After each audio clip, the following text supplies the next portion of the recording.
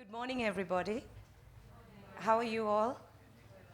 My name is Gaya, and I'm a little disorientated because that film was very moving, as you would agree. And I work for the World Health Organization. And often when we look at global health problems and we look at numbers and statistics, we sometimes forget the children and the people behind those numbers. So it was very useful and powerful to be reminded of what we're talking about. So thank you all for joining this session. I have two very interesting speakers with me. We have Gene Bukhman, who is a cardiologist and a medical anthropologist. He's an assistant professor of medicine and global health at Harvard. He directs the global NCDs and social change work there. He's also, very interestingly, a senior technical advisor to the Rwandan government on non-communicable diseases. Therefore, we have a very, very strong expert with very practical experience here. Next to him is Jay Olshansky. He's a PhD in sociology from the University of Chicago. He's professor in the School of Public Health at the University of Illinois, Chicago. He's a research associate at the Center for Aging at the university, and he's associated with the London School of Hygiene and Tropical Medicine. And he's on the board of directors of the American Federation of Aging Research. And I met both of these gentlemen yesterday for the first time, and he has some very really big and provocative ideas about human longevity. So I'm really excited to have both of you. Thank you very much. The title of this session is Global Health Stories, and the topic is non-communicable diseases. We call it NCDs. It's the acronym of our times, I think, after HIV/AIDS. But I think it's placed in a broader context of the challenges that humanity faces in terms of health, in terms of well-being, in terms of how we live our lives in the 21st century. And many people have looked at the big challenges that face us. Obviously, non-communicable diseases is a new challenge, and a challenge that is beginning to worry a lot of public health experts. It's beginning to worry governments that have to pay for healthcare. And I hope it's beginning to interest all of you as well as really important people who can frame these issues in a way that engages everybody. We're going to talk about non-communicable diseases and aging, because aging is the other phenomenon of our time. Aging is a result, in fact, one of the fruits of the success that we've had in terms of reducing suffering, reducing death. And in many countries, we have people living to what we would hope is a ripe old age. But now we've seen that living long brings with it its own challenges. And non-communicable diseases manifest in older people, but we know they start much earlier in life. So before I hand over to the speakers to start the conversation going, I wanted to tell you why the World Health Organization cares so much about non-communicable diseases. I work in Geneva, so I'm from another time zone. And so I was up at 3 o'clock in the morning, and I had a big calculator. And I was looking at the latest figures we have. The figures that 36 million people die every year from non-communicable diseases. Obviously not all non-communicable diseases, but 4 groups. Right? The 4 groups are cardiovascular disease, which includes rheumatic heart disease that we saw the story just now. It includes diabetes, it includes cancers, and it includes chronic obstructive pulmonary disorders. I used to be a doctor, so I enjoyed saying that, all right? What it means is that you basically choke yourself to death over time. That's what that means. And I calculated that in the next hour, what's the time now? Somebody tell me what the time is. 11:30. By 12:30, about 4,000 people will have died from one of these 4 groups of diseases. That's a lot of people. Is that right? About half of them will be from cardiovascular disease. That's also an incredible number of people. Now, of course, not all these diseases can be prevented, but we can prevent people dying from what we call a premature death. And what we're saying is dying before 60. Being nearly 50, I really want to live more than 60, and I presume that you do too. Is that right? All right. So what we're going to do is we're going to delve a little further into this, but I want to remind you that this is a conversation, and we'd like to have a conversation with you. These two gentlemen are going to spark and ignite the conversation, and then I'm going to ask you, I hope the lights go up a little bit so I can see your faces, and then let's see what you want to ask us. Because the purpose of this 45 minutes, or 40 minutes now, it's really to see how you, as part of a whole of society approach to dealing with the health challenges of the 21st century.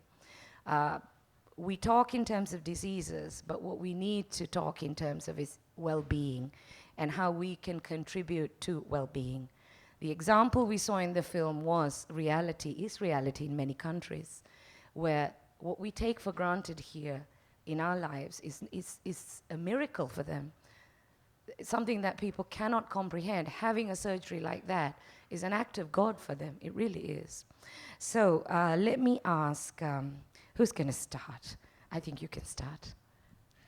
Thanks for that great introduction. And I guess I'd like to start maybe with the film that we all saw. And I think as we were mentioning, it's very powerful, very emotional. I think somewhat surprisingly, it's actually that disease, rheumatic heart disease, is not the face of heart disease globally that people really understand. I think the general public, and in part, and just to be provocative, I think that the way the WHO and the UN system has been communicating about this issue of non-communicable disease has not made that the face of non-communicable disease, and it's true across cancer, across lung disease, across diabetes. And the truth is that when you're looking at it from the perspective of populations living in absolute poverty like Rwanda, that very much is the real face of non-communicable disease right now. So I think that one incredible role that the filmmaking community has had, I think in my own work and in the work of our colleagues in Rwanda, is to communicate this very difficult message about what's at stake right now in global health. And I think that one thing that I'd like to reflect on also is that last night we had a statement from Ban Ki-moon starting out the Envision program, talking about what was at stake in the United Nations system for global health. And interestingly, non-communicable disease was not actually mentioned in that list because it's not traditionally part of the Millennium Development Goals. And I would argue that one challenge that we have in framing this issue is that if we frame it as a problem of the future, as an emerging problem, as a problem of lifestyles of what some would call even a global couch potato syndrome or something of that nature, it in fact I think in some ways becomes less compelling as a cause for global solidarity, What's actually at stake are things that are not new. These problems like rheumatic heart disease or say Burkitt's lymphoma and the cancers, or cervical cancer, or breast cancer, asthma, are not new problems. These are problems that have always affected the poorest populations in the world. The challenge is that they are just not individually dominant epidemiologically the way that, say, malaria or TB or HIV are. And they require more of an integrated health system response that gets sort of wonky to talk about. And if you look at, say, rheumatic heart disease, incredibly compelling story, maybe not enormous numbers of patients compared to a problem like HIV. How can we at the same time tell these compelling stories and invoke a response, a financial response, a response in global solidarity that's going to meaningfully deal with this group of complex conditions? All right. Actually, Gaya didn't know what I was going to do here today, so I'm going to surprise her. Is there anyone in the audience who is roughly 70 years of age or close? Would you do me a favor? Would you mind coming up on stage for a moment? And if you would sit in this chair right here.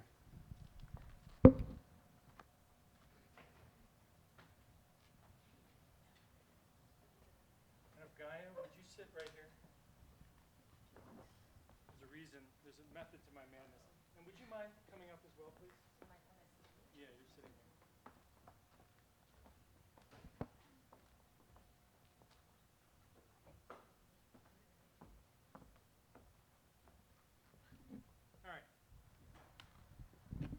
stand behind them. This is what I want you to do. I want you to imagine, I didn't think anyone was going to bring an infant here today, so try and imagine an infant sitting in this seat. A 20-year-old, is that right? No, don't tell me. 20, sitting in this seat. Be very careful what you say now, all right? A very young-looking 50-year-old sitting in this seat, and somebody roughly 70, 80 years old, don't tell me what the number is, sitting in this seat. So look, this is what you need to realize. Throughout human history, the vast majority of humans that have ever been born died before this age. Roughly 1/2 to 1/3 of the babies born in many developed, formerly developed countries, developing countries, but throughout history, roughly the last 200,000 years, 1/2 to 1/3 of the babies died in the first year of life. Most died before this age. Making it out to middle age and older ages, no offense to anyone, to middle ages and older ages, and I'll redefine old age, by the way, pretty soon, is an extraordinarily rare event. It is a new phenomenon. It began really in the 20th century. Now you have to realize there have always been people who made it out to older ages throughout history. There's evidence that some pharaohs lived out to 100 years of age. So there have always been a select few that made it out to older ages. But the transformation from here to here is a new phenomenon. Most of us in this room, had we been born a century ago or 2 centuries ago, you wouldn't have made it as far as you are now. And you have to realize how unusual and rare it is. Now remember, we saw infant, child, and maternal mortality in these ages, and you saw a wonderful story about that on maternal mortality and how critical it was, and it's still a critical issue, and so is infant mortality in the developing world. You have to realize that what we did was we recognized, we traded off the diseases that were occurring at these ages with the diseases that are occurring at these ages. So we got rid of, we didn't get rid of, we dramatically reduced infant, child, and maternal mortality, and now we get non-communicable diseases, heart disease, cancer, stroke, osteoporosis, osteoarthritis, the things that we tend to see at later ages. It was a fair trade. I mean, we got many more decades of life as a result. So the question is, where are we headed next? Now, the current medical model, the current approach to disease is to attack them one at a time as they arise. If heart disease hits, you go to your cardiologist, he or she helps to fix you up. If you have cancer, they hold your hand and they get you over that hurdle. And what happens is, of course, you run the race of life for a bit longer until some other major chronic fatal disease hits. Now, what many of us fear in this field today is that if we push out the envelope of survival into later and later regions of the lifespan, that we may see a suite of diseases and disorders appear that we don't like. We already see the rise of Alzheimer's disease as an example of something that we don't like in the population. What would we see if we cure cancer? If we cure cancer, by the way, we would only gain about 3 to 3.5 years in life expectancy, not that much. If we cure heart disease, it's not that much more. So underlying all of what's going wrong with us as we grow older, almost all of what goes wrong with us, is the basic biological process of aging itself.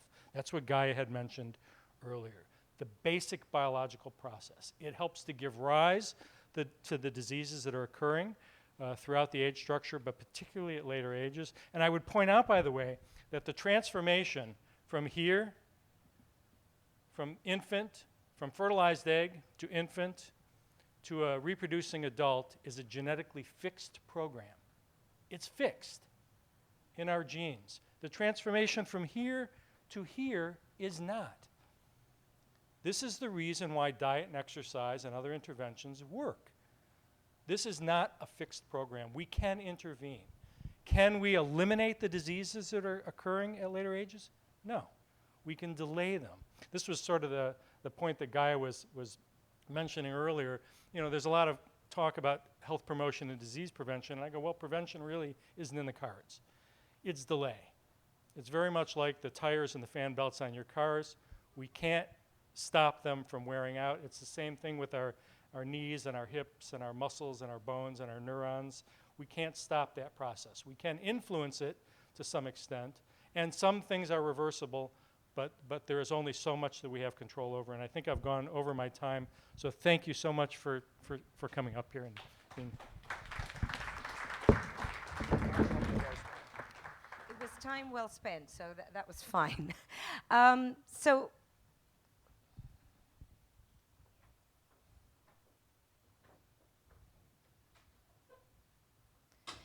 now that dose of realism was very shocking, so now I really need to move on to how we can influence this process, all right? Because I'm sitting on that end of that particular. So, you know, it's part of human nature to try and change things, even if you can't.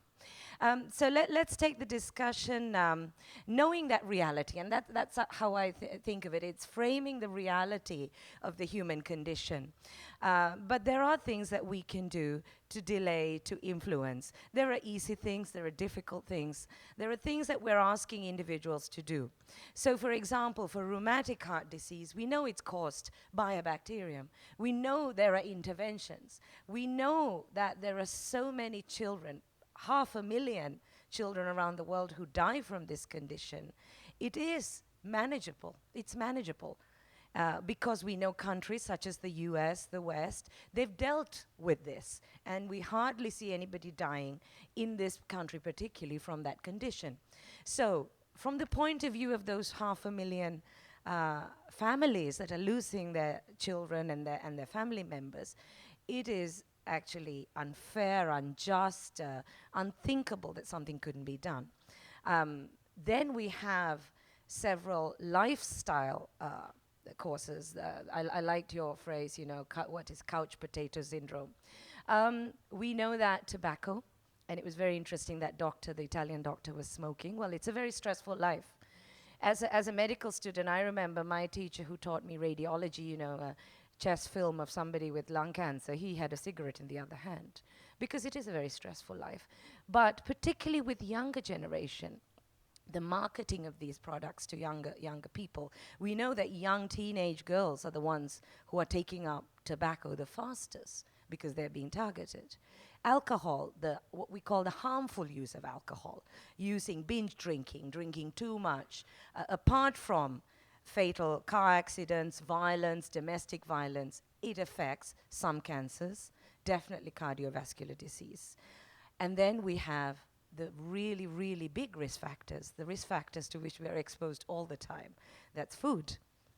How we eat food, how we process our food, how we prepare our food, how we know what's in our food, and of course, physical activity. So yes, of course, there are people who exercise 30 minutes a day, who eat healthy, unprocessed food, who don't smoke, and who only have an occasional glass of red wine, and they still have cardiovascular disease. That's true. But if you take the whole population, we know that that can prevent these conditions from arising. But even more importantly, there are 4 what we call metabolic conditions, biological conditions. Diabetes, so that's high blood sugar that's not controlled in the normal way. High blood cholesterol. High body mass index, and if that's more than a certain amount, you're overweight. If it goes on a little bit more, you're obese, as well as lack of physical exercise, and that leads to obesity as well. And one more condition, high blood pressure. So these 4 conditions in our bodies further increase the risk. So there is a lot of knowledge about it, but there isn't necessarily understanding and internalization and change about that. So one thing we can discuss is about that. Then there are a lot of things that governments can do, countries can do, societies can do. Very poor countries give free healthcare to their people. Lots of countries would like to give free healthcare, but they don't have the money. Free healthcare isn't free because somebody has to pay for it. So how do we tackle those issues in our societies? Knowing that somebody has to pay for it, there is no such thing as free healthcare.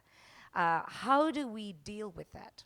So just one figure, 4% of gross domestic product of low and middle income countries according to the World Economic Forum and Harvard, actually are lost because of NCDs, right? So nobody has done proper studies on not dying from NCDs, but being disabled from NCDs. What is the cost if the breadwinner is paralyzed? Are children pulled out of school? How about the 100 million people who can afford to pay for healthcare? I'm not talking about the poorest of the poor, but people who can pay, who go bankrupt because they try to pay for healthcare. Every year, 100 million. That's a lot of people. So that's another conversation we can have. So let's open the floor to a few ideas, comments, and particularly how you in the filmmaking community can interact with that. And then we'll let the speakers react to your comments and questions. And then we can go on to, there are several other topics I'd like to touch on. Now, really, 4,000 people will die in the next hour. Yes, 2 hands at the back. You have to use a microphone or really speak up loud. Okay, go ahead. I wondered, since all of you have surveyed national, different global trends in healthcare, if there are particular countries that you think have the most robust and equitable system.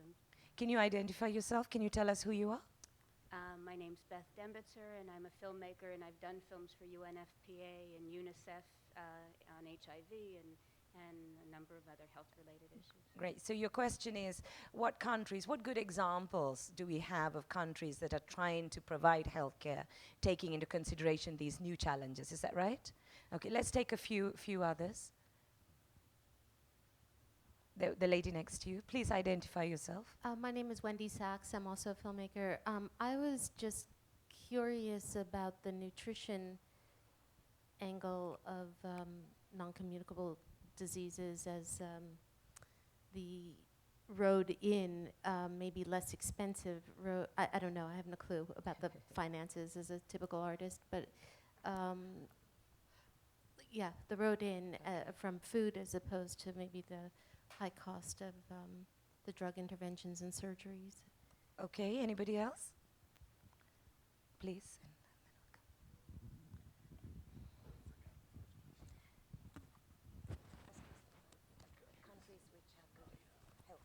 Hey everybody, my name's Elena and I'm also a filmmaker and actually have a comment pertaining very much to the last one. I myself have a huge passion for nutrition and think that that's an area where there should be a lot more focus because diseases can be nipped at the bud. I went off to Costa Rica for a month to study how to be a raw chef, have seen a huge transformation in myself, both mentally and health-wise, and on top of that, spiritually, from having, changed just what I put on my plate. And on top of that, one other thing you mentioned, things that we can do to change our well-being, with nutrition being one of it. I think the one thing that is missing is happiness.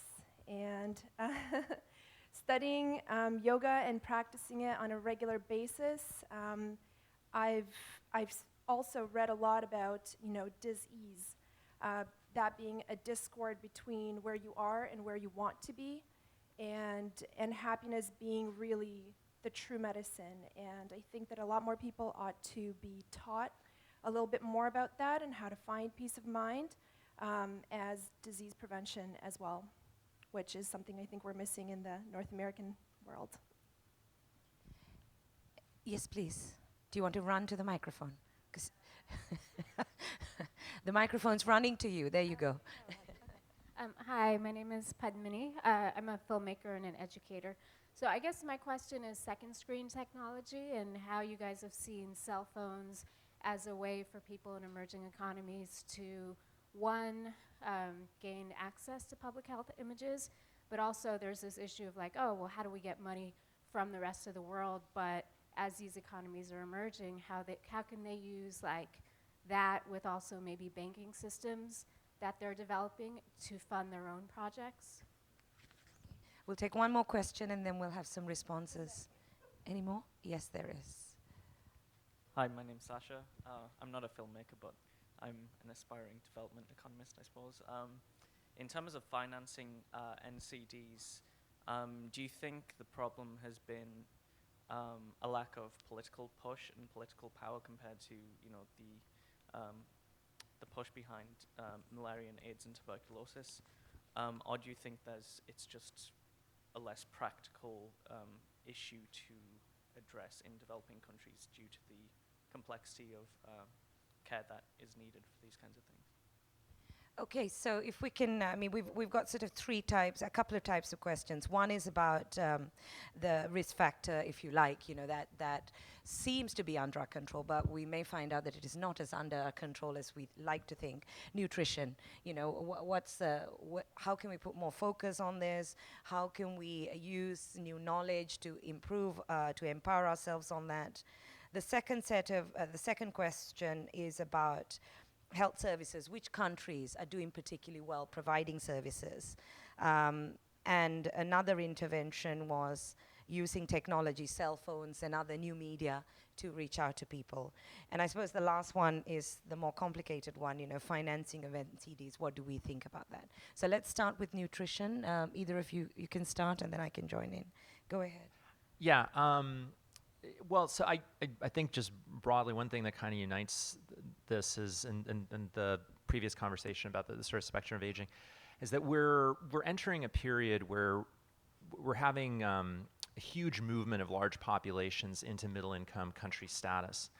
And I think that there is a danger that the NCD space becomes really just associated with this issue of aging, and with populations moving into higher incomes and the associated risk factors. And there's a real risk of these problems among the bottom billion, the poorest, those living in extreme poverty, being made invisible by this kind of framing. And I would start with the nutrition question and talking about that. So again, very specifically, the heart disease that we see in Rwanda, rheumatic heart disease that we just saw, this is clearly, these kids are not, they're not eating like too much pizza, It's a problem of, in their case, there is a very strong issue of nutrition, but it's a problem that their families become, and we were talking about this last night, impoverished by this disease. The people with these conditions become some of the most vulnerable. They need to be targeted for food assistance, for agricultural assistance.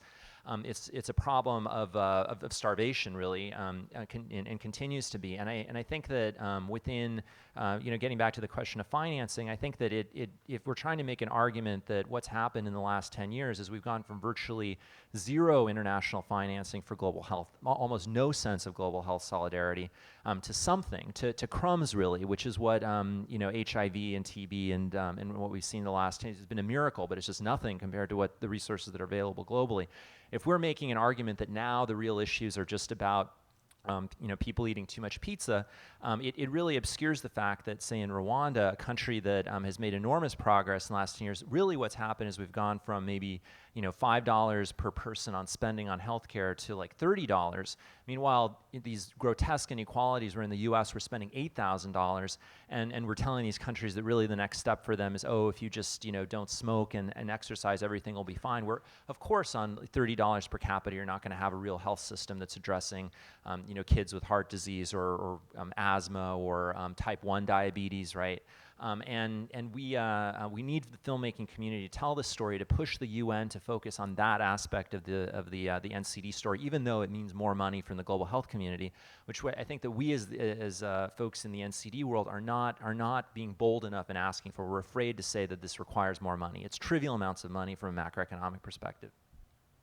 Well, so I don't know if you noticed in the movie, for those of you who saw the movie last night, Blood Brothers, you actually saw a classic example of exactly what I don't like to see, which is the introduction of certain types of foods that have made us fat in the United States or overweight or obese.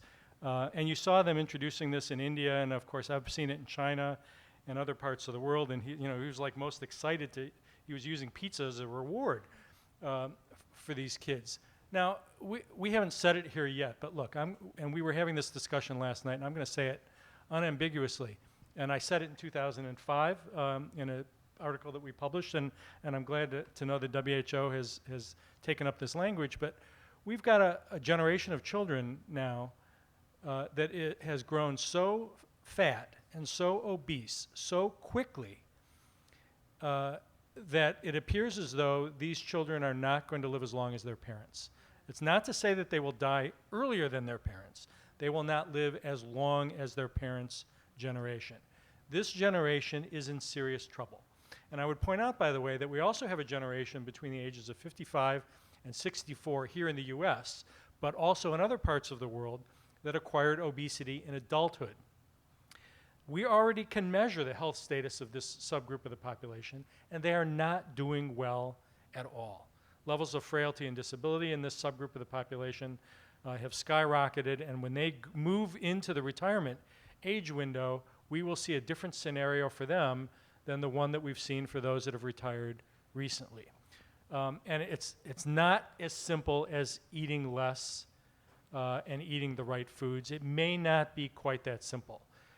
There is at least a reasonable hypothesis suggesting that the introduction of antibiotics may have contributed to this obesity epidemic. I'm a believer that this is certainly a possibility. Certain antibiotics at certain time periods appear to at least be related to this.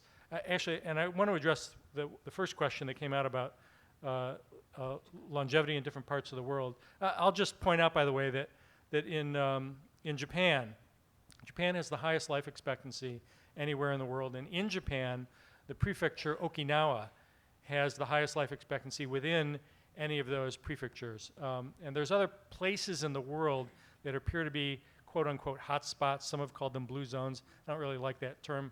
But there appear to be parts of the world where people live exceptionally long lives. I don't know if I would attribute it to the healthcare.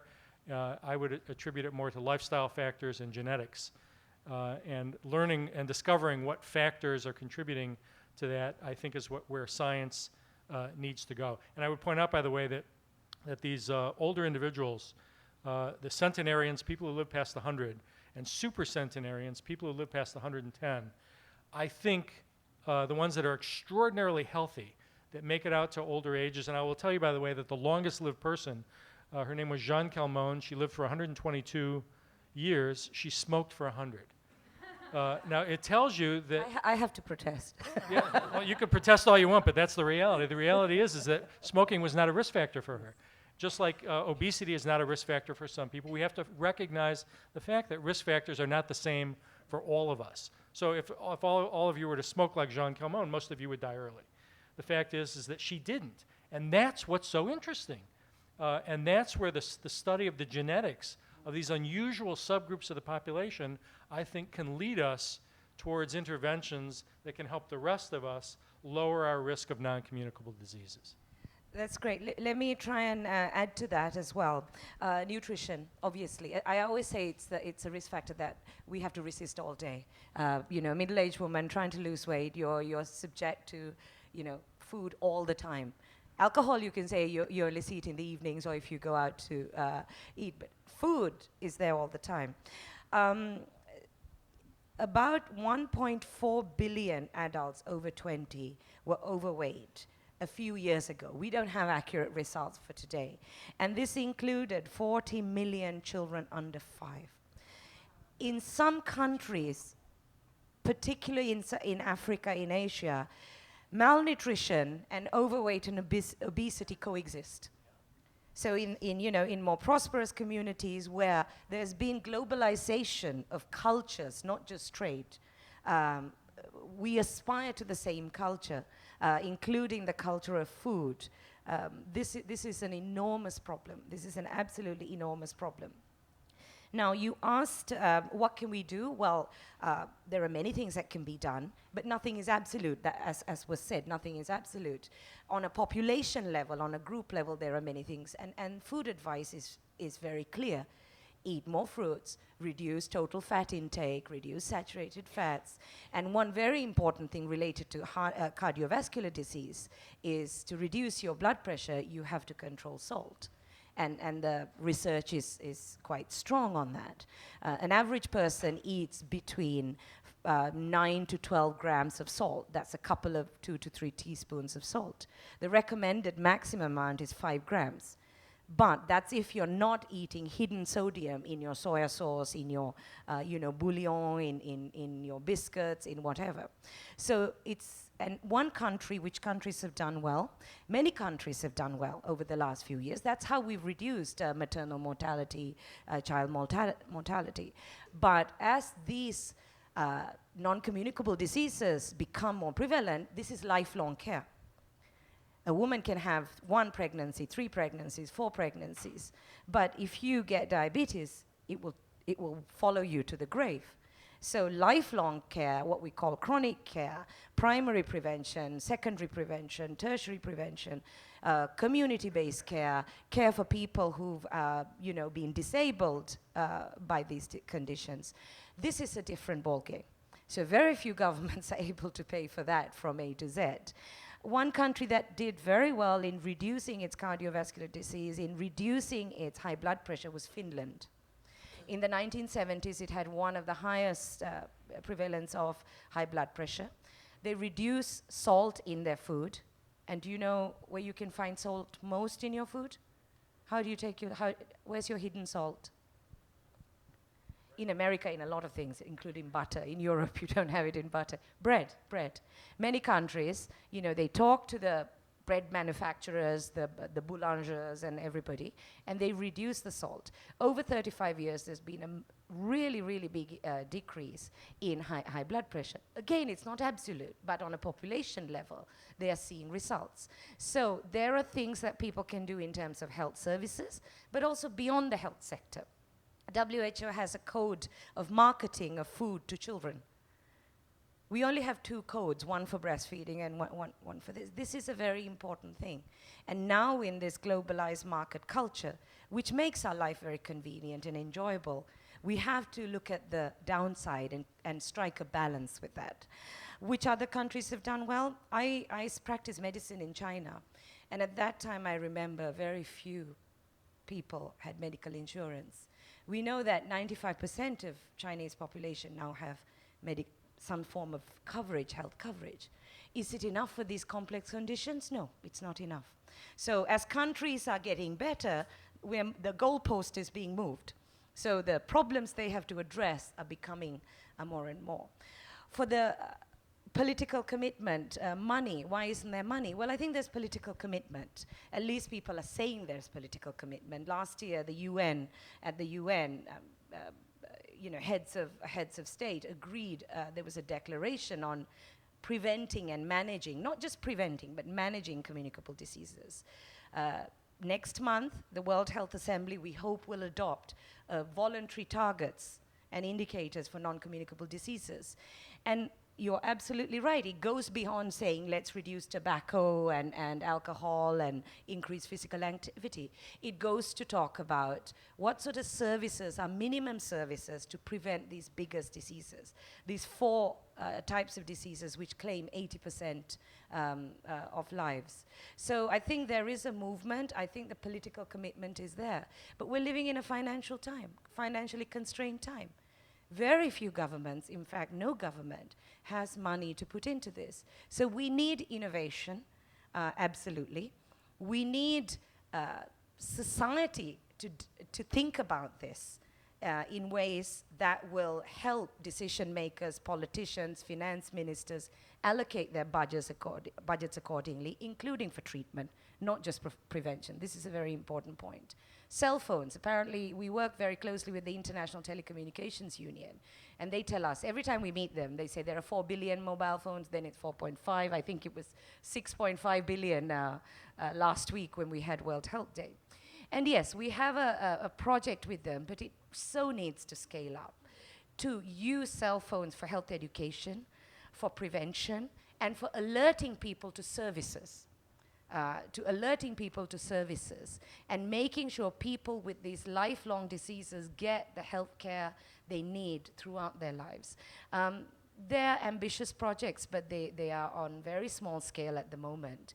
And this is another role that you can, because I think you are much more technologically savvy as well as being creative than some of us. And we need ideas on how to use that. The other way to use mobile phone technology and the fact that 35% of the Earth's population is wired on internet, including in developing countries, is the concept of edutainment. So how do you educate the way we did during HIV/AIDS, using entertainment, teledramas, movies, as well as documentaries to get people to think about these issues? And there isn't a simple solution. There is no magic bullet. Because they're so complex, they require everybody's input. What I'd like to do is just take a couple of minutes to talk about aging, because I think it's something that we can talk a little bit more about. NCDs are visible in older people, but there are more issues around longevity than that. So if you have questions around that, and I'm sure that our panelists would be very happy to answer your questions. At the back there.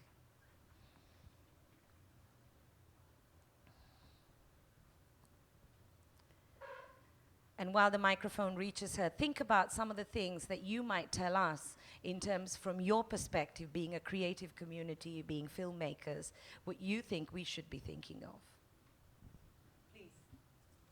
I guess I have nutrition on the brain, so it's lovely to think about nutrition. But anyway, I'm thinking about the another problem, which is this in providing food or nutrition for unserved populations, the processed food tends to be the food that is provided for. And just this morning, somebody was recommending a book called Wheat Belly to me that I guess is out in the popular layman's whatever world. And the problem of the way that wheat has been processed since the 1950s also is being looked at as the rise in obesity and uncontrolled eating, and certainly as an aging person has me very concerned. So I guess I'm interested from a political and also the medical community what is being done on the GMO front and the ways that, maybe those are two different issues, but the way food is processed and disseminated, and then also what's happening with GMO and how that's affecting us as aging human beings. All right. Actually, my wife has celiac disease, is acutely aware of this issue, and I've actually personally eliminated almost all wheat from my diet. I don't have an answer to your question. I don't think that we have spent enough time understanding what we're doing. When we create genetically modified foods, we're doing so for expediency and for money, and not necessarily for health. And I think we will understand the consequences after the fact. So we're not going to know for a while, but we're starting to see some of the consequences. We've seen a dramatic increase in celiac and related symptoms across the globe. So I agree with you, but I don't know the answer. I don't know the answer to that question. Let me just raise one issue associated with aging itself. I didn't get a chance to mention this earlier, and I think this is particularly important for those of you in the film industry to realize what's about to happen, because I think it may not be obvious to you. We had a revolution over 100 years ago that allowed most of us to live as long as we do today. There is another revolution that is about to happen. It is beginning now. It is at the ground floor, and that is an effort to alter the basic biological process of aging. We are going to take control over our own biology in fundamentally different ways than we have before. And this has the potential to change the nature of humanity. It has the potential to alter our concepts of what it means to grow old. If, for example, you saw these individuals seated next to each other, if, for example, we could transform a young, 50-year-old, she's not really that old, but a young 50-year-old into somebody who, for example, a year from now only ages 9 months, or 2 years from now only ages 18 months, rather than 24. If we can slow that biological process down, and I'm going to argue that this is going to happen in the lifetime of those of us here today, it will have a profound influence on health and quality of life for all future generations. And you've got the opportunity to tell this story before it happens. Is the revolution happening with drugs, or is it happening on lifestyle, or is it happening across the board? Is it like sort of robotic bionic woman happening, or? No, that's the right question. It's not going to be through lifestyle. Lifestyle modification is critical. It's important. It has the potential to add quality of life, but it doesn't have any influence on the biological process of aging itself. That marches on. If we cure cancer, if we cure heart disease, if we cure stroke, aging marches on independent. So you have to distinguish between the basic changes that are occurring at the molecular level that we call aging, that all of us are experiencing, and the rise of diseases that are appearing at later ages. Cures for diseases do not influence aging. A delay in the biological process of aging delays everything, fatal and non-fatal. So it's going to be some sort of intervention, whether it be a pharmaceutical intervention of one kind or another that will hopefully be made available to the population. But this type of intervention is forthcoming.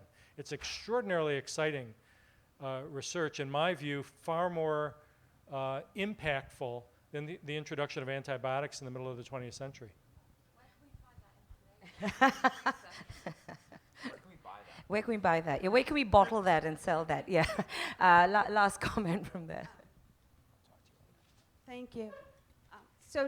I'd like to take a different tact. So do you anticipate that there will be many more memory centers developed, or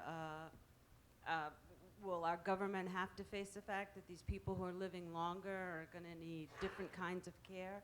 What do you anticipate?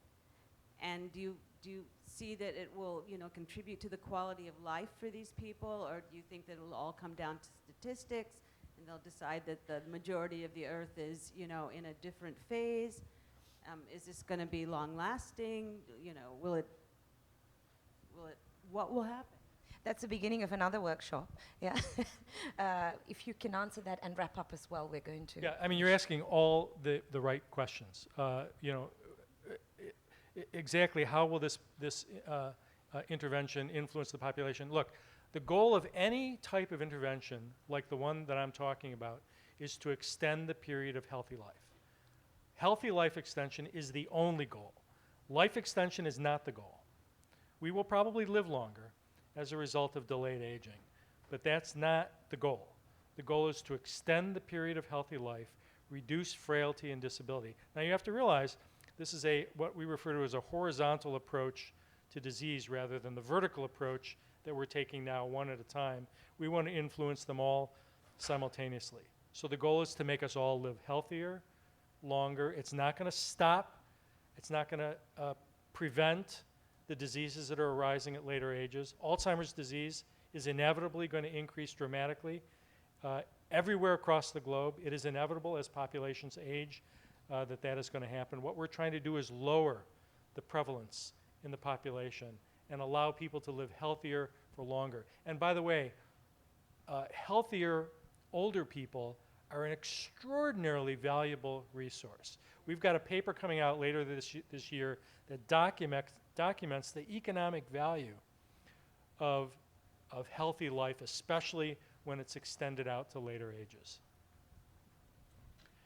Yeah, so obviously this discussion, I think it really highlights that we're living in a time of the most shocking inequalities the world has ever seen, and the kind of trends that Jay's talking about are only going to exacerbate those.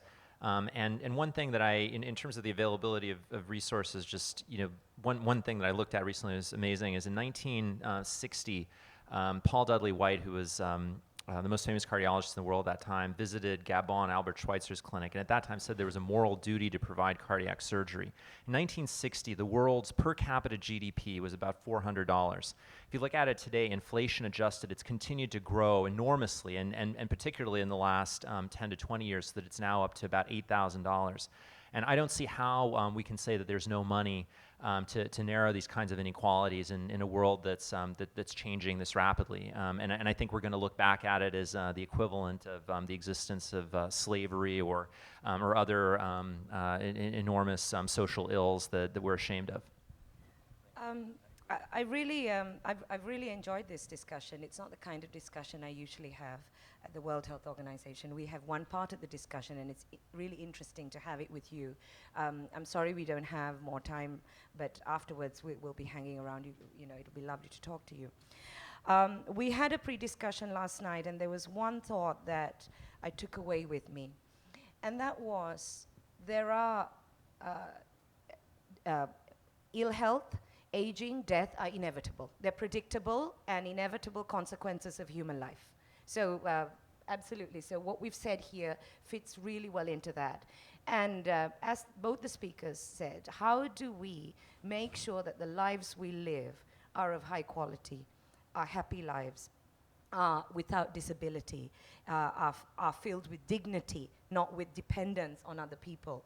And these have social, individual, spiritual, financial, so many implications that it's really hard even to understand what we're talking about.